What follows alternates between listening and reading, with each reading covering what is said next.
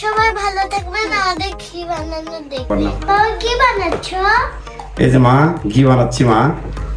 বাবা কিভাবে কি বানাচ্ছো? এই তো মা, প্রথমে এই যে আমরা দুধের সর নিয়েছি, দুধের সরগুলো আমরা খুব ভালো করে মেশ করেছি। এই দেখো কীভাবে মেশ করেছি, দেখো একদম মিহিভাবে মেশ করেছি, দেখো একদম মিহি করে মেশ করেছি। এখন এখানে কী কী আছে জানো? এর মধ্যে এখন আছে শুধুমাত্র প্রোটিন, চর্বি আর পানি। কি আছে মা বলো? প্রোটিন, চর্বি আর পানি। প্রোটিন, চর্বি আর পানি। প্রোটিন মানে হচ্ছে আমিষ, প্রোটিন, চর্বি আর পানি আছে। আমরা এর মধ্যে এখন ঠান্ডা পানি দেবো, দিয়ে এই চর্বিগুলোকে আলাদা করে দেবো। তখন ওই চর্বির মধ্যে কি কি থাকবে মা? এখান থেকে যদি পানি দিয়ে বাটারগুলো যদি আমরা শুধু চর্বি বা বাটারগুলো যদি আমরা একত্রিত করি, বাটার মধ্যে শুধুমাত্র পানি থাকবে আর বাটার থাকবে, এবং অয়েল ফ্যাট থাকবে। কি থাকবে? ফ্যাট মানে চর্বি থাকবে, বুঝছো? চর্বি কি খাওয়া যায়?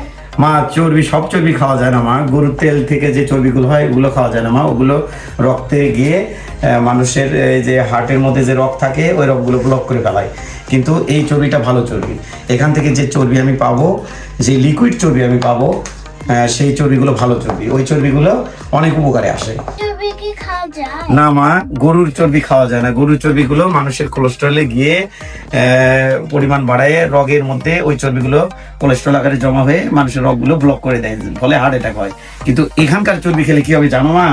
এখানকার চর্বিগুলো খেলে তোমার মস্তিষ্কের কার্যক্ষমতা বাড়বে, মস্তিষ্কের কার্যক্ষমতা বাড়বে, অনেক স্মৃতি শক্তি বাড়বে, পড়াশোনা মনে রাখতে পারবে, তোমার চুলের গোড়া শক্ত হবে, তোমার ত্বক অনেক সুন্দর হবে।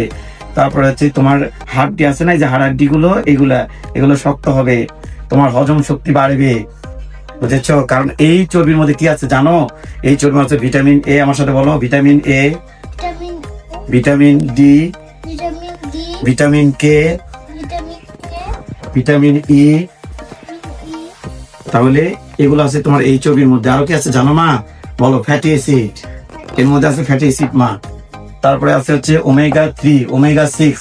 তাহলে এখান থেকে আমি যে ঘি বানাবো, সেই ঘি হচ্ছে এক প্রকার চর্বি। সেই চর্বির মধ্যে vitamin A, vitamin E, vitamin D, vitamin K, fatty acid. তারপরে আছে হচ্ছে ওমেগা 3, ওমেগা 6, তারপরে বিউটিরিন।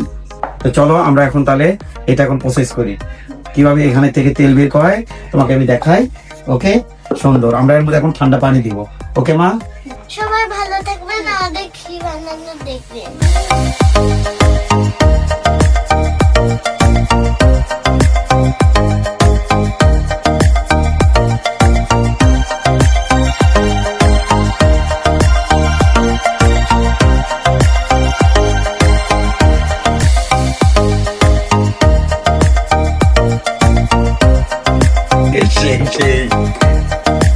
নতুন একটা জিনিস প্রথম ট্রাই করতেছি, কোনো বইতে তো ভালো হবে না। তবে আমার যে কোনো জিনিস নতুন এক্সপিরিয়েন্স করতে পারলাম।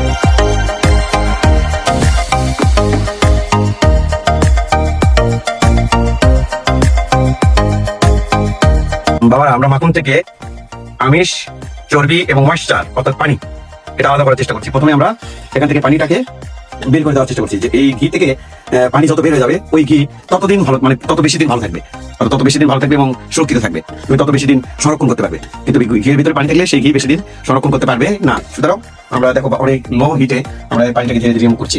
এখন একটু দেখো, ঠিক এরকম একটু কাছে নিয়ে এসো, দেখো আমাকে একটু দেখো। হ্যাঁ দেখো, একদম দানা দানা হয়ে যাচ্ছে, ধীরে ধীরে ধীরে ধীরে দেখো, একদম দানা দানা হয়ে যাচ্ছে, দেখো একদম দানা দানা হয়ে যাচ্ছে। তো মিক্স করলে হবে না, সবকিছু শিখতে হবে।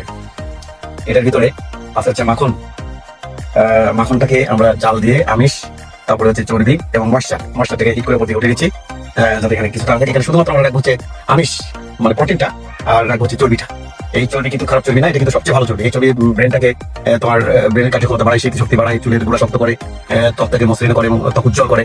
তারপরে হচ্ছে তোমার হাড্ডি শক্ত করে, হজম প্রক্রিয়া মানে তোমার ঠিক করে, কোষ্ঠকাঠিন্য দূর করে, ঠিক মতো হজম হবে। আসলে এর মধ্যে কি আছে জানো? আমি তোমাকে বলে দিই। এর মধ্যে আমরা যেটা, এই যে তোমরা আমরা এখান থেকে যে চর্বিটা বের করবো, এই চর্বির মধ্যে আছে আমাদের ভিটামিন এ, তারপরে আছে হচ্ছে ভিটামিন ডি, তারপরে ভিটামিন কে, তারপরে আছে হচ্ছে ভিটামিন ই, তারপরে বিউটিন আছে, অ্যাসিড, বিউটিন অ্যাসিড, যেটা কিনা হজম প্রক্রিয়া খুব ভালো কাজ করে, খুব ভালো কাজ করে বিউটিন অ্যাসিড।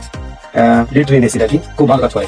তারপরে এখানে ফ্যাটি অ্যাসিড আছে। তারপরে তোমার হচ্ছে আসলে এই চর্বিটা কি করে জানো, এই যে কোষের মধ্যে যে তোমার যে ফ্রি রেডিকেল কিন্তু তৈরি হয়, সেই ফ্রি রেডিকেল জারণ প্রক্রিয়ায় কোষের ক্ষতি করে। হ্যাঁ, সেই ফ্রি রেডিকেল যে জারণ প্রক্রিয়া ঘটাবে সেটা ব্যাহত করে এই মধ্যে থাকা চর্বিগুলা। জানো এই চর্বি আবার কি করে জানো, তোমার হার্ট অ্যাটাক এটা রোধ করে। হ্যাঁ, হার্টের মধ্যে যে কোনো খারাপ কোলেস্টেরল গুলা, এই চর্বি কিন্তু সেই কোলেস্টেরল গুলো দূর করে দেয়।